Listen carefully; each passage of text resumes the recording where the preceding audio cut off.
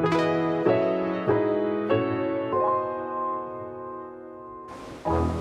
going on, YouTube? So today I just wanted to talk about the murder of George Floyd. I wanted to touch base on this, and it's important to me, and I wanted to just share my opinion with all of you guys out there. So if you guys didn't know, in Minneapolis, George Floyd was murdered by a police officer, and it was really sad the way it happened, so I just wanted to let you guys know how I felt. It's really crazy how all this stuff happens, man. Like, you hope time and time again, like, we realize as a unit, as a nation, like, the bad that's actually going on and, like, the bad that we do to people, regardless of, like, what their skin color is or anything like that. It's crazy how we just like that, we just judge, use stereotypes and everything like that. I think starting at a young age, people, like, our schools and, like, from all the way from elementary school to middle school to high school, like, people, teachers and everybody, like, teaches us, like, let's treat the others the way you want to be treated, or, like, don't judge a book by its cover, or, like, if you have something to say, don't say it.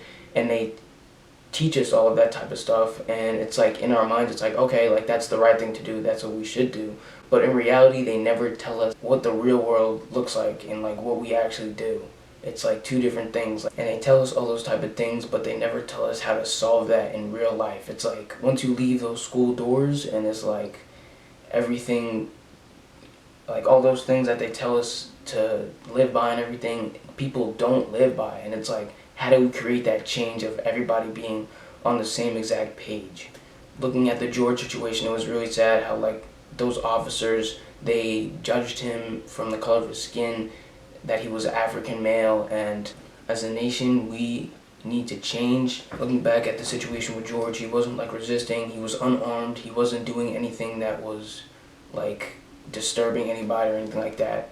And it's not right, man, it's not right. And I think people need to realize that, and people need to understand, like, what they think isn't actually the actual outcome of the situation once you start looking deeper into it.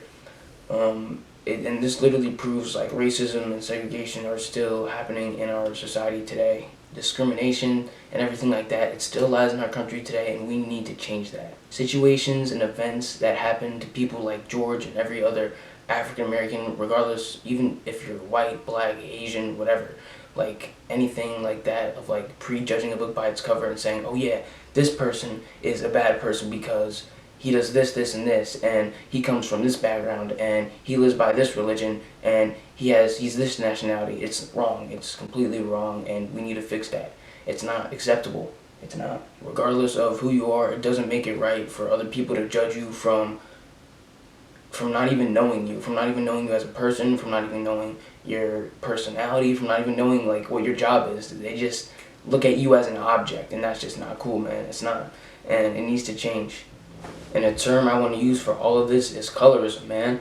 It's when people judge and use stereotypes for the color of your skin, and they literally just have an image of you and put you into a box, and it's like, this box is a bad box, and it's full of evil, which is not even the actual outcome of what it is. People use that, and they take action to what they already think they know, and do something like they did to George in that situation.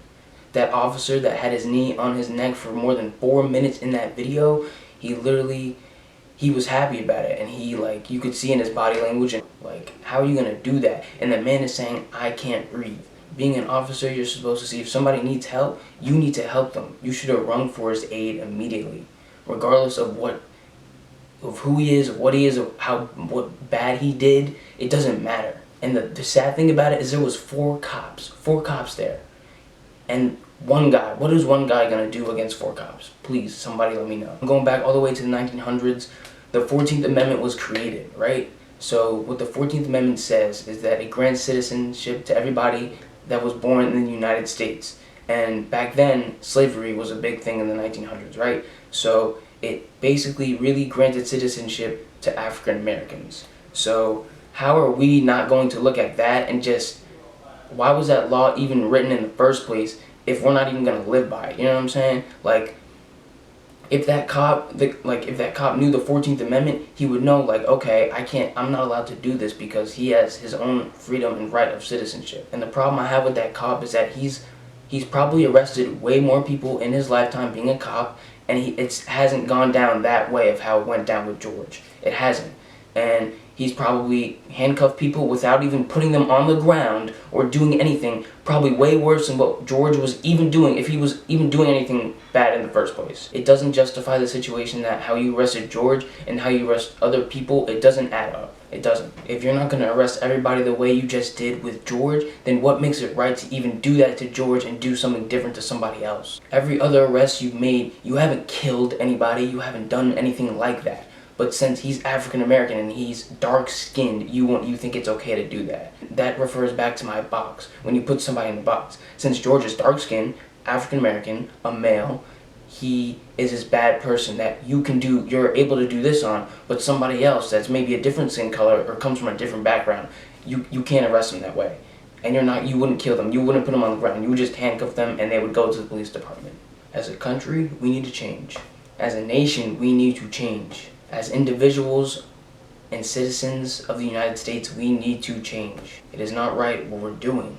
We need to take a step back and look at the bigger picture of how this is all wrong and how we need to be on the same exact page. Treat everybody fairly and live by the term equality. Equality for everybody, regardless of who you are, regardless of where you come from. Everybody deserves to be treated fairly and given a fair chance at life. It's not okay to judge somebody for what you think you know about them already. It's not. You need to have the facts. You need to come with the facts. I'm a teenager, a 17-year-old speaking up about this, and I encourage everybody else, it doesn't matter how old you are, it doesn't matter how small you are, it doesn't matter. Just speak on it and spread the word, man.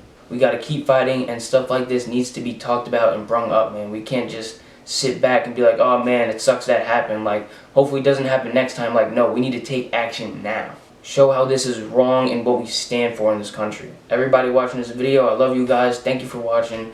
I'm glad I just wanted to voice my opinion and let you guys know how I felt. Share this video, repost it, everything like that. Like it. I appreciate you guys for listening, and have a great day. Peace.